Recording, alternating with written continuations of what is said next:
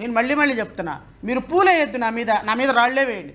మీరు ఎన్ని రాళ్ళు వేస్తే ఆ రాళ్లతోటి తొందరగా ఇల్లు కట్టుకునే ప్రయత్నం చేస్తా. మీరు నా మీద ఎంత సోషల్ మీడియాలో ప్రచారం చేసినా, ఎంతమంది పెయిడ్ ఆర్టిస్టులను తీసుకొచ్చినా, ఎన్ని కేసులు పెట్టినా నేను తప్పు చేయనంత వరకు భయపడే ప్రసక్తే లేదు. ఒక లాయర్ అన్న తర్వాత 100 రకాల సమస్యలు ఉంటాయి.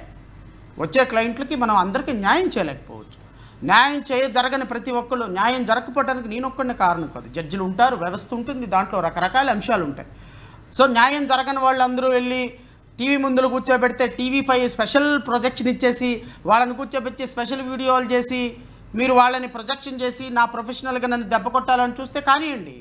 మీకుండే ఆల్టర్నేటివ్స్ మీకుంటే, నాకుండే ఆల్టర్నేటివ్స్ నాకుంటాయి. మీరు నన్ను బదనాం చేయాలని చూస్తే నేను బదనాం చేయాలని చూడను. నేను ప్రజల కోసం ప్రశ్నిస్తూనే ఉంటాను. నేను అడుగుతున్న TV5ని, మిగతా ఛానల్స్ వాళ్ళందరినీ, మీరు ఎన్ని ప్రయోగాలు చేసినా, ఎన్ని కేసులు పెట్టుకున్నా పెట్టుకోండి, ఏం ఇబ్బంది ఏముంది? న్యాయస్థానాలు లేవా? కోర్టులు లేవా? లేకపోతే భయపడాల్సిన పని ఏముంది? మీరు 30 కేసులు పెట్టుకుంటారా, 40 కేసులు పెట్టుకుంటారా? పెట్టుకోండి. I'm ready to face it.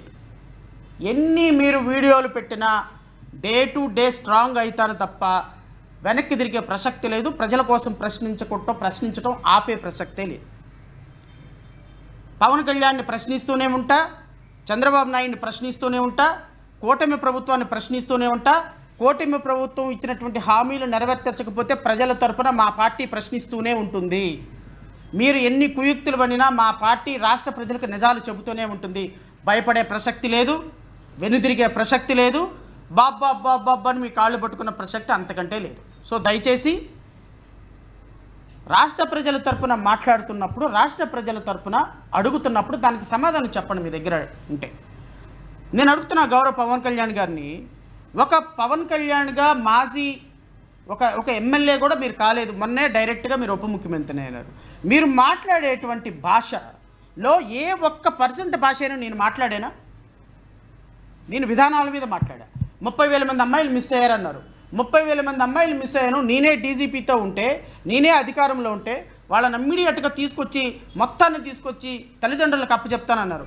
ఆ 30,000 మంది అమ్మాయిలు 2 సంవత్సరాలు అవుతుంది, ఏమయ్యారో చెప్పలేదు. అది ప్రశ్నించడం నా తప్ప సార్? చెప్పండి. పోలవరంలో మెగా ఇండస్ట్రీస్కి కొన్ని వేల కోట్ల రూపాయల లంచం జరిగింది. గత ప్రభుత్వంలో జగన్మోహన్ రెడ్డి వేల కోట్ల రూపాయలు దోచుకున్నాడు.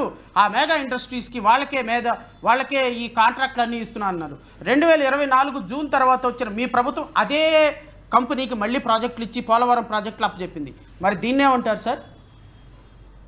దీన్నేమంటారు చెప్పండి. మరి గత ప్రభుత్వంలో మీరు చేసినటువంటి విమర్శ ఇప్పుడు అదే కంపెనీకి మీరు రెన్యువల్ చేస్తున్నటువంటి పోలవరం ప్రాజెక్టులకు సంబంధించి మాట్లాడటానికి లేదా? ఆదాని దగ్గర నుంచి 1,600 కోట్ల రూపాయలు లంచం తీసుకొని పోర్టు ట్రస్టులు మొత్తాన్ని ఆదానికి ఇస్తున్నాడు జగన్మోహన్ రెడ్డి అన్నాడు. మీరు వచ్చి ఏం చేశారు? అదే పోర్టు ట్రస్టులు మళ్ళీ అతనికే కట్టబెట్టే ప్రయత్నం చేశారు. ఆదాని ఇండస్ట్రీస్కే మీరు ఇస్తున్నారు. మరి ఇది తప్పు కదా సార్? ఇది తప్పు కదా? దీన్ని అడిగితే మేము తప్ప? రాష్ట్రంలో ఒక ఆడపిల్ల మీద ఏదైనా జరిగితే ఆ ఆడపిల్ల దగ్గరికి ఎవరైనా చూడటానికి భయపడే విధంగా నేను చట్టాలు తయారు చేస్తానన్నారు. ఈ రాష్ట్రంలోకి 24 నెలలు అయితే మీరు పరిపాలన వచ్చి ఎప్పటి వరకు రమారమి 32,000 మంది ఆడపిల్లల మీద అఘాయిత్యాలు జరిగినాయి. మొన్నే నేను చదివి వినిపించిన, ఇప్పటికీ 22,000 మంది అమ్మాయిలు మిస్ అయ్యారు. ఇప్పటికీ రమారమి 236 మంది మహిళలు మర్డర్ రేపు జరిగింది. ఒక్క ఆడపిల్లను కూడా పరామర్శించలేదు మీరు అని అడిగితే తప్ప సార్? నేను అది తప్ప? బిఆర్ నాయుడు గారు సంబంధించి ఒక అమ్మాయిని కౌగిలించుకుంటూ ఒక పవిత్రమైనటువంటి స్థానంలో ఉంటే సనాతన ధర్మం కోసం ఒక లడ్డూలో పంది కొవ్వు ఎద్దు కొవ్వు కలిసింది అని చెప్పేసి ఎవరో ఒక రిపోర్ట్ ఇస్తే ఆ రిపోర్ట్ని ముఖ్యమంత్రి చెప్పిన వెంటనే 2 నిమిషాలు కూడా రిపోర్టును కూడా చూడకుండా వచ్చి కనకదుర్గమ్మ మెట్లు గడిగి కింద నుంచి కనకదుర్గమ్మ మెట్లు గడిగిన మీరు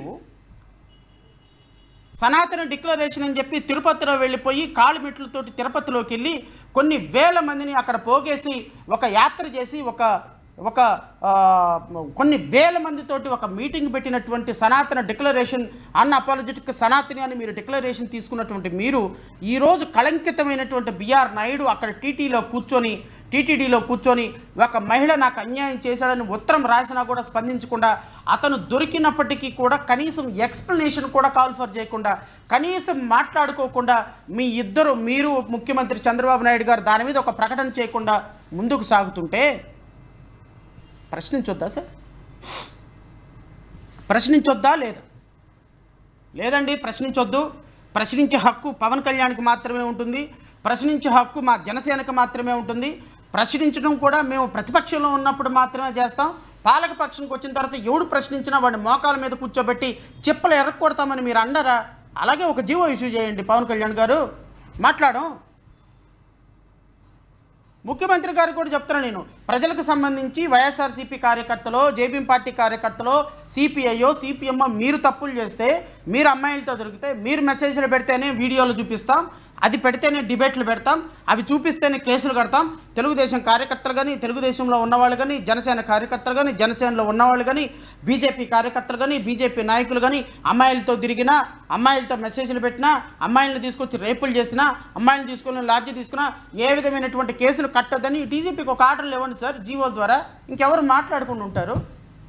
అలాంటి ఏం చేసినా కూడా మా పార్టీలో, మా ప్రభుత్వంలో ఏ విధమైనటువంటి పాలసీ డెసిషన్, ఇది మా పాలసీ డెసిషన్. ఎవడు కేసులు పెట్టడానికి లేదు, ఎవడు అడగటానికి లేదు, ఎవడు ప్రెస్ మీట్లు పెట్టడానికి లేదు అని చెప్పి కోర్టుకు కూడా తెలియ ఒక గ్యాగ్ ఆర్డర్ తీసుకురండి సార్, శుభ్రంగా సరిపోద్ది. తెలుగుదేశం, జనసేన, బీజేపీ కూటమి ప్రభుత్వంలో నాయకులు కానీ, కార్యకర్తలు కానీ అమ్మాయిలను రేపు చేసిన, అమ్మాయిలతో మెసేజ్లు పెట్టిన, ఎమ్మెల్యేలు కానీ అమ్మాయిలను తీసుకొని వెళ్ళి కారుల్లో రేపు చేసిన, అమ్మాయిలను తీసుకొని వెళ్ళి లాడ్జ్లో రేప్ చేసిన, అమ్మాయిల్ని రోడ్ల మీద పడి రేప్ చేసిన, అమ్మాయిల్ని వేధించిన, ఏం చేసినా వీళ్ళకి సంబంధించినటువంటి పోలీసులు ఎవరు కేసులు కట్టద్దు. ఒకవేళ కేసులు కట్టినా కూడా ఏ మీడియాలో దీన్ని ప్రచురించకుండా ఒక గ్యాగ్ ఆర్డర్ తీసుకొచ్చుకోండి సార్ కోర్టు నుంచి. కోర్టులు కూడా మీకు ఫేవర్గానే ఉన్నాయి కదా, ఇబ్బంది లేకుండా పోద్ది. అసలు మాకు ఈ ప్రెస్ మీట్లు కావాలేంది, ఈ కోర్టులు కావాలేంది? ఎవరు వాళ్ళు వైఎస్ఆర్సీపీ వాళ్ళు మా నాన్న, వైఎస్ఆర్సీపీ వాళ్ళు మా నాన్నలు, మేము మా ఉద్యోగాలు మా ప్రశ్నలు చేసుకుంటాం. ఒక జీవో తీసుకురామని కోరుకుంటున్నాను నేను.